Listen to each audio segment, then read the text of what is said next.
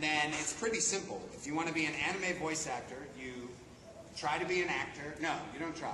You become an actor, and you move to either LA or Dallas-Fort Worth. And then how it works in LA, I don't know exactly, because I've never done anime work out in LA, but I'll tell you, in the DFW area, the story that most new people in Funimation tell is, I was in a play, and such came to see the play, and they thought I was awesome. Or I was doing an industrial, and my friend at the industrial said, hey, you should audition for Funimation, and I do lots of work there, and you're great. So like the joke around DFW is, if you are an actor long enough in DFW, eventually you work for Funimation. Now the other way is you can submit, you know, from far away, you could submit a tape, and someone may someday listen to it. That's about like a lottery ticket. So if you have actual desire to do something, lottery tickets are not the best way to do it. I'm going to save myself from starvation. Give me a lottery ticket. You know, like that's not really going to do it. The other way to be a voice actor is sort of the grassroots way, which is like the way the Team 4-Star guys have done it, because they did it by doing something fan-related that they loved. And it became so popular that now they are legit voice actors. They get cast in other video games, and I think some of them have even done anime stuff now too. So, like, and I always tell people, you could start tonight. You could start the minute that you could start during this panel being a voice actor. You could take, you know, I don't know, you could take this game over, hangover soda over and over, and you could do a video of it, a stop motion, like, rah, and then do a voice to it. I am Mr. Soda, and I attack people's throats. And then you put it up on YouTube, and then you just get 1 billion hits, and then you roll around on money. That's how it works. No, but honestly, with anything, with acting or any sort of acting in this genre or this niche, if you love something enough, like Creepypasta loves scary stories, or the DBZ Abridged guys love DBZ. If you love something enough and just pursue it and give it back to this niche, this group of people, eventually it'll become your job. Like, I mean, I know Vic Mignogna has a really huge career, but he did this Star Trek thing, and when he did it, nobody thought it would amount to anything. And he just loved it enough and gave it to the Star Trek community for free. He paid for it all himself. And now today, he launched a Kickstarter for our next 2 episodes. He's asking fans to support him with $100,000. And 2 hours after it launched, it was already up to $25,000. So if you love something enough and just give it to the community, eventually it can become your job. So if you want to be a legit anime voice actor, be an actor, move to Dallas, Fort Worth, or LA. If you want to do voice acting, you could do that tonight. You could just be a voice actor tonight. Tell a story you like to tell. Yes, question. How would you recommend auditioning for anything? Auditioning, the best way to become better at auditioning is to audition. Like, the more you audition, the better you become at auditioning.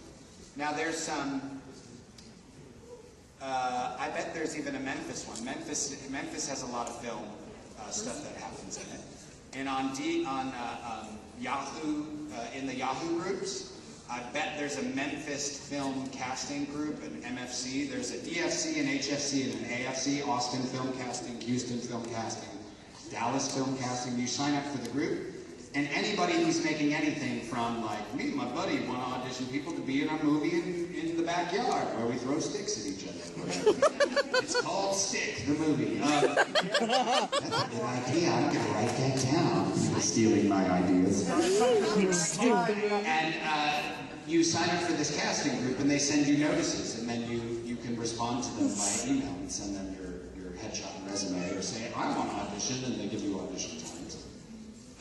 So there's lots of different opportunities for auditions every day. Yes, Hogwarts. Are you Hogwarts? Oh, you're Maka. Oh, I didn't see your side.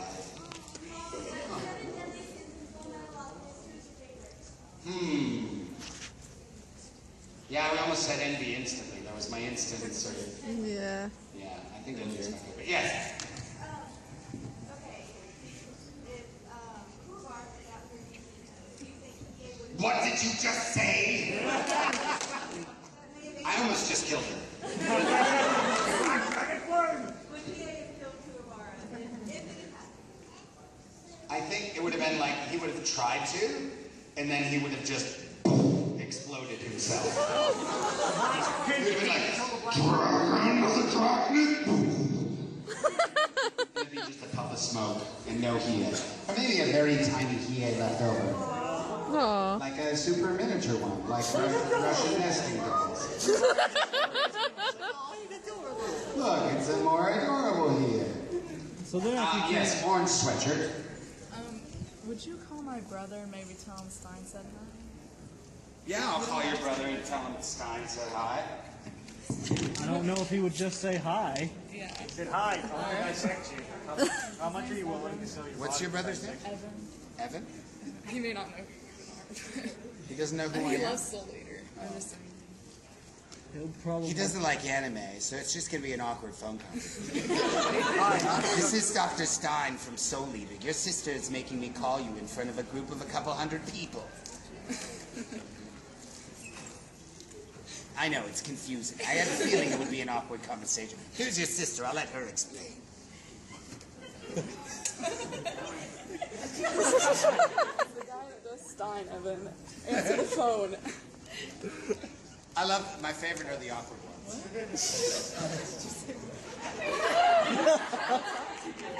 Why are movie screens such jerks? They always project violence.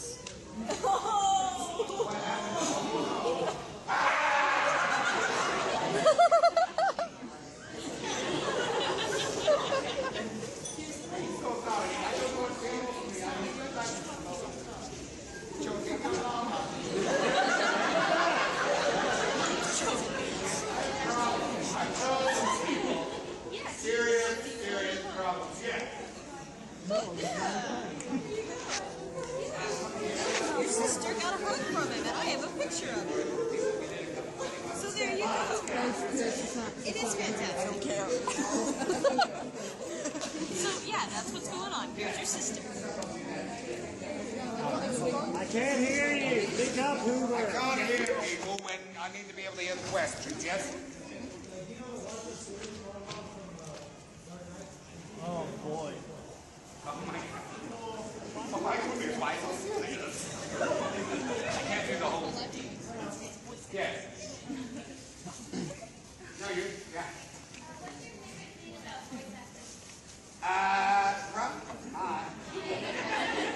Probably my favorite thing about voice acting is that you get to play characters that you don't get to play on film or in TV or on stage. Like a guy with a screw in his head.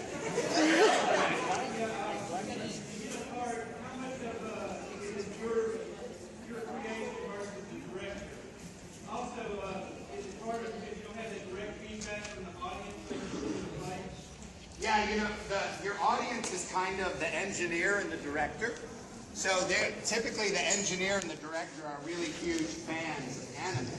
So the engineer and the director become your audience in a sense. But yeah, it is hard without that feedback like you'd have in live stage work.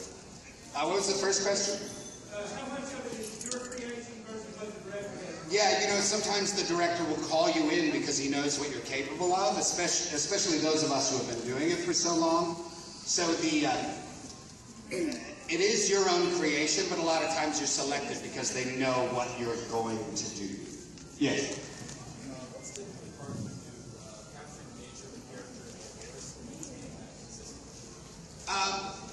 You know, once you capture the nature of the character in the voice, then it's easy to keep it consistent. So they sort of go hand in hand. If you haven't captured that character completely, then it's harder to keep it consistent. Yes?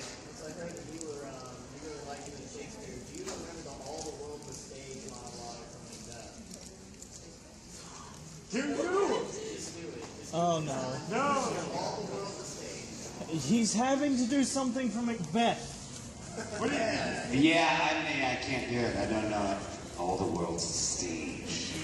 Something, players. Yes, question. What is So, they're like, oh, I just wanted to meet you. And you're like, oh, okay, give me a hug. And then you hug them. And then the stocking's over. Yes, question.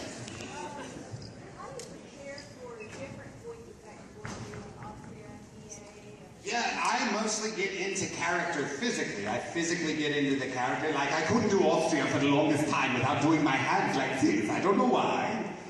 And I did a character called Blue Note in Fairy Tale. Blue Note had a very big, bold voice, so I had a big, round chest for it. So I get into the characters physically. Like Emperor Pilaf from Dragon Ball, I got his voice by doing my best imitation of Edith Bunker from All in the Family. Oh, Archie! Oh, I'm Emperor Pilaf. So Emperor Pilaf is really a 60-year-old woman from Queens. We'll do one last question, and then I'm going to make some people get up and do an exercise. Yes. How did it feel reprising that voice of Emperor Pilaf on Battle of Gods movie? That was awesome. Not only give it a round of applause. Not only was it awesome to step back into the role of Pilaf, but it was awesome that Dragon Ball Z came back with the storm and did really, really well. And the fans, you guys responded to it. So it was really amazing. And now, since this is an acting, what time is it? Perfect. Because we're running right up against the cosplay contest, so they told me I couldn't go over. But when we're going to get up and do an exercise here in a minute, and they've done studies on the human body, and the most stressful thing you can do to the human body is ask it to land a jet aircraft on an aircraft carrier at night in the middle of the ocean. Like, that stresses it more than anything in the world. Guess what is number 2 right behind that? Public speaking. Public speaking. Getting up in front of a group of people and doing anything. So when you're in first grade and they're like, get up and do a book report, it's like going, go ahead, little Timmy, land that aircraft. I mean, because your brain, it says, you know, your limbic system kicks in, and it's like you have all this adrenaline shoot through your body, and all your brain can think is your brain can only think run or kill, and those are both bad when public speaking. So the best thing to do for you personally, and if you want to be really good at anything, take every opportunity you can to speak in front of a group of people, because the best thing about it is that you don't die. You don't crash a $40 million aircraft, and if you commit to it, you'll always get better. The only people who have like bad experiences public speaking are people who stopped. The only people who have bad experiences acting are people who stopped. There's never a single person who's like, I hate it, and I do it every week. The only reason you have that memory in your brain of a bad experience acting or public speaking is because you did it, failed, and then stopped. And the key to succeeding at anything is to go out and fail at it quickly, and then fail at it as often as you can. As a matter of fact, in acting, we have a process for failing called rehearsal. And you just fail over and over and over again at the play until you get it right. And then you put costumes on and you get it wrong for a while, and then you get it right. And then you put an audience in front of it and you get it wrong for a while, and then you get it right. And you never get it totally right. So I have 3 things I tell people when I'm teaching them how to act, which is every time you're a character on stage, you have an objective. You have something you want. And there is always an obstacle, something preventing you from getting that objective. And the stronger your objective and the stronger the obstacle, the clearer your acting is going to be. You don't even have to act if you have a super clear objective and a really strong obstacle. And the exercise we're going to do here in a second is going to demonstrate objective, obstacle, and the third part, the third part of what I consider great acting, which is partnership. Partner, your fellow players on stage. Those are the people that are super important. And if you're on stage and you don't know what to do, just pretend what the other guy is doing is amazing. And it'll make you look good. They may be doing really bad, and you'll be like, everything they do is affecting you really a lot. people will think, wow, he's amazing, and then you start looking amazing, and then there's this connection between you. So objective, obstacle, and partnership. So I need 12 volunteers. Okay, we'll go 1, we'll go 2, we'll go 3, we'll go 4, we'll go 5, we'll go 6, we'll go 7.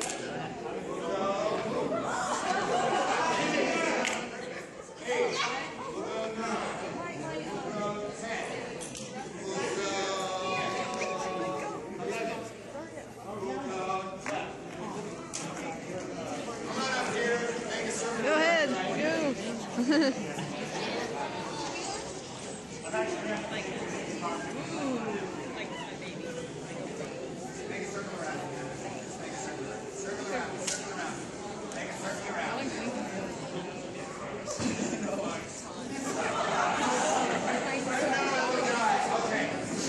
So it's going to be extra quiet in the audience so you guys can hear me because I don't have like a lavalier microphone.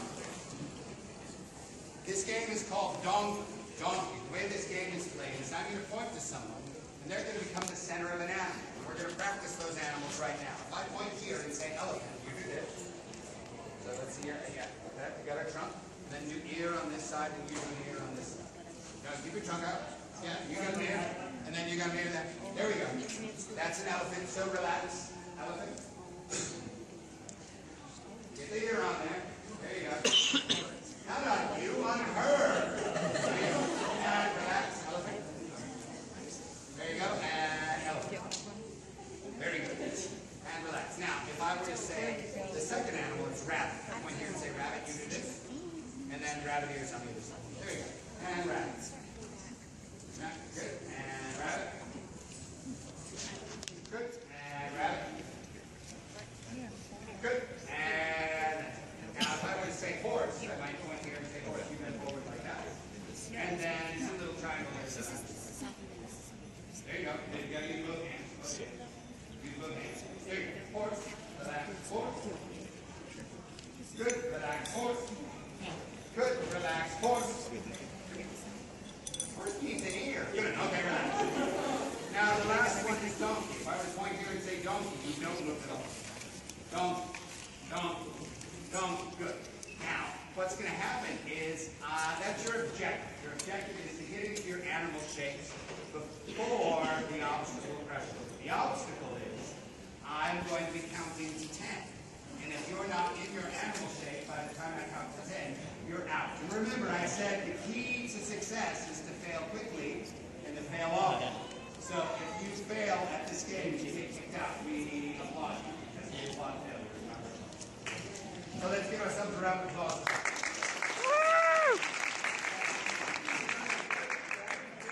But you're going to. Now, the obstacle is I'm going to be counting to 10. And I want everyone to just relax. I don't like it to be all sort of stressful, as we talked about. You know, it being sort of a stressful thing to be on stage. Elephant, 1, 2, 3, 4, 5, 6, 7, 8, 9, 10. That elephant had 3 ears. Horse, 1, 2, 3, 4, 5, 6, 7, 8, 9, 10. Oh my gosh, he just gave that horse rabbit ears.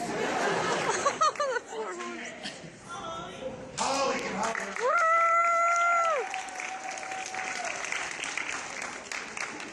Rabbit, 1, 2, 3, 4, 5, 6, 7, 8, 9, 10. Like, that rabbit had 4 ears. Horse, 1, 2, 3, 4, 5, 6, 7, 8, 9, 10. I'll allow it. Elephant, 1, 2, 3, 4, 5, 6, 7, 8, 9, 10. Give Taylor a round of applause.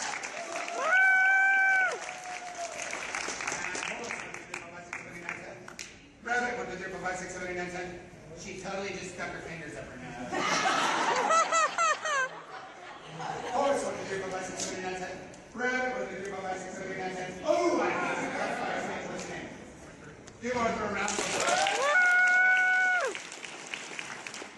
And elephant, 1, 2, 3, 4, 5, 6, 7, 8, 9, 10. Horse, 1, 2, 3, 4, 5, 6, 7, 8, 9, 10. Rabbit, 1, 2, 3, 4, 5, 6, 7, 8, 9, 10. She totally got her finger up her nose. Rabbit, 1, 2, 3, 4, 5, 6, 7, 8, 9, 10. Horse, 1, 2, 3, 4, 5, 6, 7, 8, 9, 10. Elephant, 1, 2, 3, 4, 5, 6, 7, 8, 9, 10. Oh, what's your name? Give Eris a round of applause.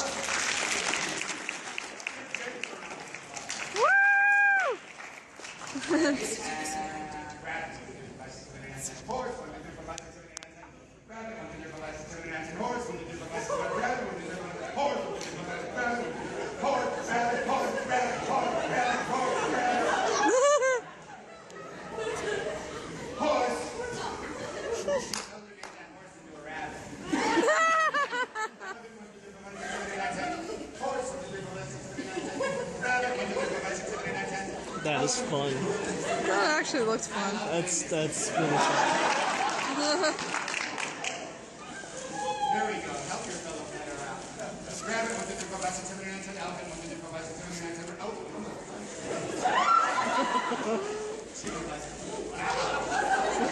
4, 1, 2, 3, 4, 5, 6, 7, 8, 9, 10. You can bend down. What's your name? Give Stephanie a round of applause.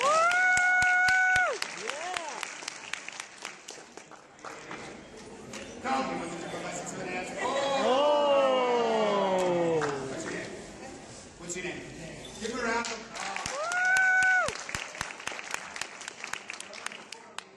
Circle getting tight. Rabbit, 1, 2, 3, 4, 5, 6, 7, 8, 9, 10. Elephant, 1, 2, 3, 4, 5, 6, 7, 8, 9, 10. Monkey, 1, 2, 3, 4, 5, 6, 7, 8, 9, 10. All around.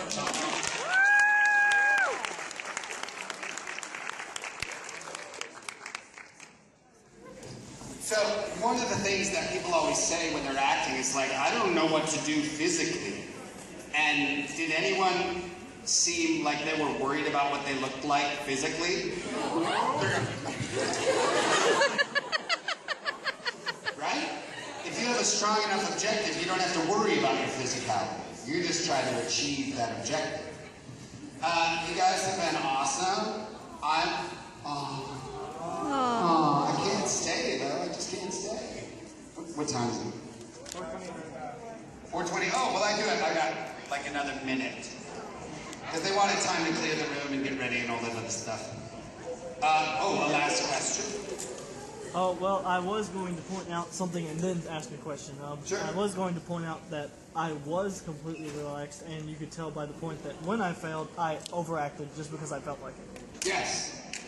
Give everyone a round of applause. You guys did. If you want to say bye to me or say hi or get a picture or an autograph, I'll be in the dealer's room directly after this. Thanks, guys. You've been great.